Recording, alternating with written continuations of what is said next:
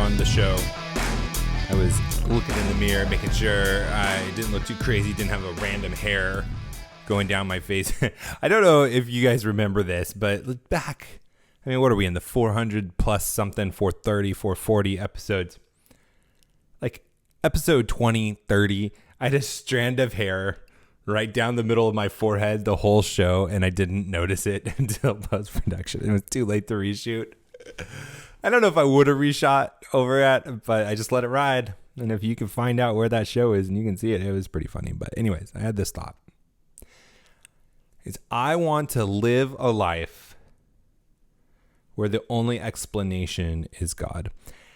And that may sound like, that's a Sunday school answer, but when we really mean it, life can get a little crazy, and that's a good thing, right? Let's talk about that today. Welcome to How to Build a Tent. My name is Matt Williams. Thank you for listening and sharing the show. I'm part of the Fight Laugh Feast Network. Go to ffnetwork.com, flfnetwork.com. Put in HTBT in the memo field. You'll get a 15-ounce mug like you could see behind me. Get tons of other great benefits. Don't forget about our conference coming up October 1st through the 3rd in Nashville. I am really excited about that, not just because I don't see anyone anymore, and it's good to be good to see people, but man, there's just so many great speakers there. So many great opportunities to get to know you guys. I just can't wait to meet every single one of you. And I really mean this from the bottom of my heart. Is if you see me there and do want to say hi to me, then please do. Like you maybe think, oh, there's some people around him, or man, he doesn't really want to talk to me. No, I really do. I really want to meet you. I really want you to introduce yourself. Please come up and say hi. But first, you got to get there. So buy your tickets now. I saw for 4 tickets, because I was looking to bring up my family, it was like $400 from where I am for 4 round trip tickets right now. Super cheap, guys. Even if you want to go by yourself or just your spouse, leave the kids, get a break, whatever. That would be great. But I think everyone's bringing their kids. So that is a thing to think about. Please come be a part of our conference of the Fight Laugh Feast Network. I just want you to know that God is doing great things. And in this time that we live, it is crazy to think that God is still in control. And not only that God is in control, but he is actively doing things in this time, in the chaos and the anarchy, in the warlord areas of Washington. God is moving, God is doing things, and he is accomplishing his will. I talk to a lot of people who are very discouraged with what's going on, not just with what's happening outside of the church, but what's going on inside the church with the social justice movement and how it's really all related. They're not isolated incidences. And to that point, I just want to say, last Thursday, we recorded the show for Friday. Reformgelical, guys, if you have not seen our show, A.D. Robles and myself, he's another podcaster on this network. We have a show called Reformgelical. We had Phil Johnson on from Grace to You, the executive director over there. And man, let me tell you, first of all, one of the things to be successful at, guys, is being a man of your word, is when you promise something, you do it. And Phil Johnson is that man. Now, he promised to come on the show Monday when I emailed him. And he knew then it was his birthday. He came on the show on his birthday. But not only that, guys. He came on the show the day he found out he had cancer. And I didn't say anything about it on the show because I didn't know if he wanted to make it public or is he just letting us know. But then I saw that he put it out on social media that he had cancer. It's prostate cancer. That's the one. Prostate cancer, where it's not too serious, but definitely be praying for him. But I just want you to say, like, if there was ever a time to cancel on a show, it's on your birthday and when you find out that you have cancer. But he did not do it. And let me tell you, that show by far and the way is the best Reformgelical we ever had. It's really important that you guys see it. He talks about his experience of social justice going back to the 60s and giving a really great lesson. And we have a really good discussion on practically what do you do when your church goes woke? What do you do when your pastors go woke? What do you do when your brothers and sisters in the congregation go woke? And we go through practical things of what you should do. And it's not just leave right away. So if you are dealing with that, know somebody who's dealing with that, go check out Reformgelical podcast or YouTube, wherever you go. But I want you to just, I bring that up. I'm sorry. Apparently I can't talk today. I brought that up just to say that show has been really impactful already to people. It's already done better than any of our other shows. We've got tons of great feedback on it. People going through that very thing. And I was encouraged by this. It was funny. I was listening to A.D. Robles' show, and I do because it's great. He seriously is like the man for this time that we live in. And he was talking about the story where people were carrying the ark. David and had his oxen carrying the ark back. I think it was from the Philistines in 2 Samuel 6. And they were carrying it the wrong way. They were doing a good thing in the wrong way. And he was talking about how some people are doing that and today, and that their people are trying to do the right thing but in the wrong way. And I was just reading through that verse after that chapter, that story after he was talking about it. And I thought it was interesting. I remember this one line in the 2 Samuel 6:6. It's, they came to the threshing floor, and that is when the ark of God fell down. Uzzah took it, and he was struck dead. And again, I'm just trying to bring, like, what the heck does this have to talk about living in a way that only the explanation is God? But let me tell you, is throughout the Bible, the threshing floor is the sign of judgment, is a place of judgment that is symbolic of it. The threshing floor is where people would go. There's several of them, and you would separate the wheat from the chaff, hence the symbolism of judgment. And the Bible never puts anything in accident, right? God purposely has put every single part of the Bible in there the way it was. And so this threshing floor, the sign of judgment, this is where everything goes wrong. And that is totally where we are at today, guys. Like, we are in a place of judgment. But I want to encourage you with this, and this is where we're going to get into what I'm thinking about today, is I want to encourage you with this, that there is wheat there with the chaff at the judgment seat. And that is, or at the threshing floor where judgment takes place, is the reason judgment happens and God has judgment is he is not only punishing sinfulness, punishing not being obedient to God, punishing people that are disobedient to God, but he is setting aside the good. He's differentiating.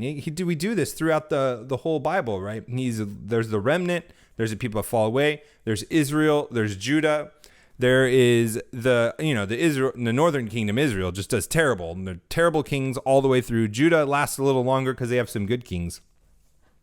And that's kind of what we're seeing today in America. Not that America is Israel, not that America is anything more special than any other country as far as spiritual significance, except that we were founded on biblical principles. God, I believe, has blessed us for that. And we are in my opinion, a post-Christian society. So we are seeing the rails come off. We're coming off the rails. I mean, not the rails come off. We're coming off the rails. Which could mean that there are going to be some opportunities for us. And I'm thinking about this, like how, right, all of Israel was Israel and Judah, but it broke up in the civil war after Solomon. And there were certain spots that were in judgment more so than others because of their faithfulness. When Judah had a good king, then there was good years. And when there was bad kings, there was bad years. But Israel was just, they did have some good years, but then there's judgment. They got carried away first and all that stuff. And I'm thinking about that in today's context and what we could take advantage of and how we can live lives that are radical for God. The first thing is we can't get discouraged by the circumstances. We talk about that a lot, but we need to remind ourselves of that. We need to encourage ourselves with that, is because we are not responsible with the results that we have or in our lives. We're not responsible for the outcomes. We're responsible for obedience. We're responsible for obeying God's command in our lives. And when we're focused on the results, we can get discouraged really quickly. We can get frustrated. We can get overwhelmed. We can have all of these ungodly anger, ungodly frustration because we're focused in the here and now. And God's plan is so much longer than that. And he asks us not to get results, but to obey and walk in faith with him. Don't go after the results. Don't look at the results. Don't focus on the results, but focus on being obedient and being faithful to what God has called you to. And when you do that, there's going to be opportunities to make moves.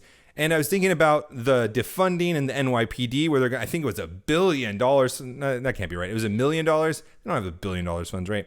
Someone fact check me on that, please. There were a large portion of the NYPD was going to have a large portion of their funding was going to be taken away.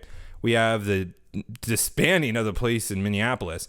We have warlords in Washington. We have all of these crazy things happening because people aren't obedient to God. They are not ruling the way they should rule. They're not governing the way they should rule. And quite frankly, churches aren't being what they should be in those areas as well. But there are areas that are doing the right thing. They are squashing sin. They are not tolerating it. They are using the government for its rightful place and punishing evildoers. There are churches that are being faithful, that are not bowing the knee to Baal. They're not bowing the knee to the false idols of the day.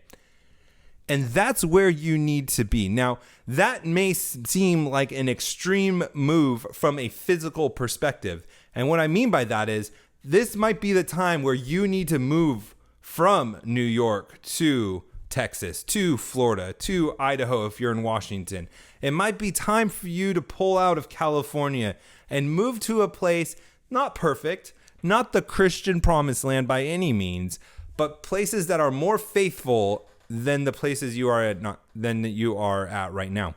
And one of the fruits of that from a business perspective and a wealth generating perspective is that when these things start really setting in, the policies, now I'm not just talking about where it's just, this city that has lawlessness, that has a warlord, that's going to be dealt with in one way or another. That's not going to go on forever.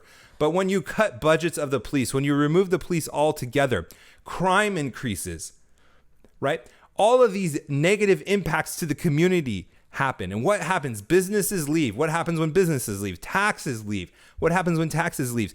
Then everybody else that can afford it leaves. And we talked about on the shows before. But I want you to think about this. They go somewhere. Most of these businesses aren't just going to disappear. Some of them are. But a lot of these big, like this big manufacturer in Minneapolis that burned down in the riots is not coming back because they said the government's not protecting them. They don't care about them, so they're leaving. They're not just going out of business. They're taking their insurance money and building a factory somewhere else. And this is where I want you to start thinking about things is maybe now is the time. Your church has gone woke. Your business is leaving the city. Maybe your job's disappearing.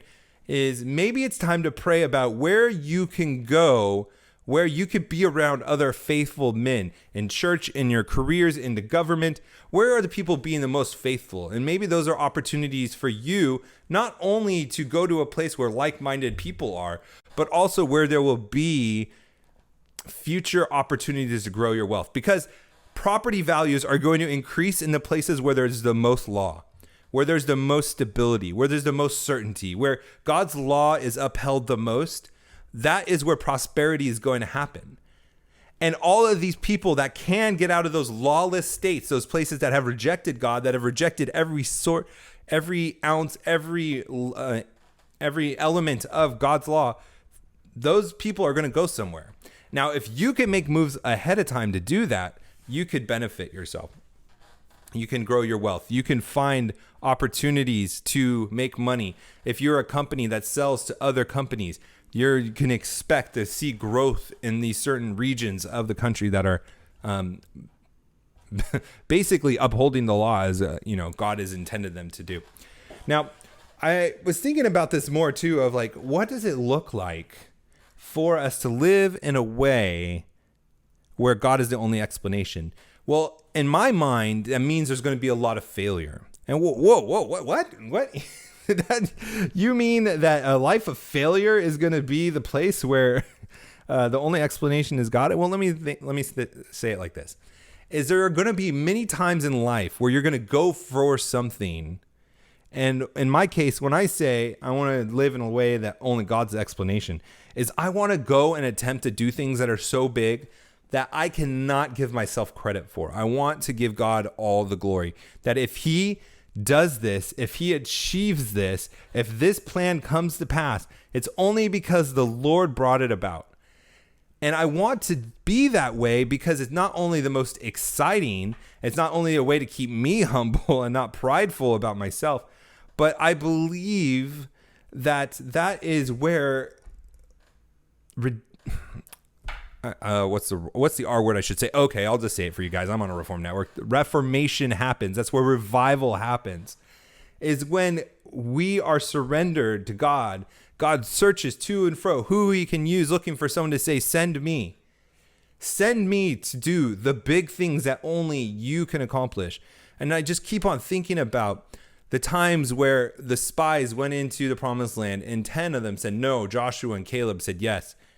That was something that they could have not accomplished on their own. That is, to go in and fight those giants. They looked at the circumstances like we talked about earlier. They were discouraged. They were looking at the results. And they were thinking themselves, from what we have and what we've seen of our history, there's no way we can accomplish this.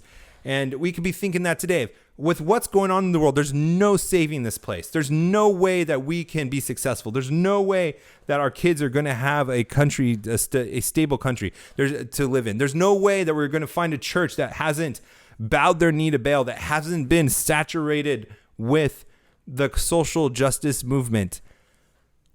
But that is not the life of faith that we should be living. And so, not just in business, not just moving from one region to another region, but what we do in all areas of our life is looking for those areas to go big, where it may not happen because God wasn't in it. And you may fail. And that's what I'm saying, the life of failure. We might live a life of failure that way. That's okay. But when there are those times where we go up and God is in it, that's when God can do amazing things. And God knows I've done terrible things. I mean, I've had big failures. I've made mistakes. I've thought God was in things when he wasn't. But I'd rather live a life where I'm looking to see what God is doing. And hey, even if it's something way beyond me, I don't want to cower from it. I don't want to back away from it, because of the times that we live in, today, we need men of faith to try to go big, even if it means they fail, even if that means there is shame. How much shame did Jesus bear for us? We should be able to live a life of humility where not everything works out, that we're not scared of failure because of what other people think of us or the image that we might have. You know, like, we might fail at tons of things, but when we step out in faith and do what we believe God has called us to, that's when big things can happen, and we can only give glory to God. So let's be looking for that in our lives. In this time of chaos and uncertainty, let's stop looking at what the world is doing. Let's stop looking at the results. Let's stop looking at what people are the disobedient are doing, what people are doing, bowing their knee to Baal. Let's look to Christ and see what he wants us to do, because he is moving and will continue to move. And let's jump on that train and move with him. Talk to you tomorrow. God bless.